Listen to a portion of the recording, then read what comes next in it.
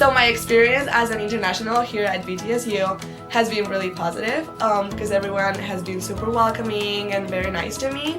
And it's very easy to make friends, and I feel like this campus really works on diversity and like having different type of students, so that's really nice.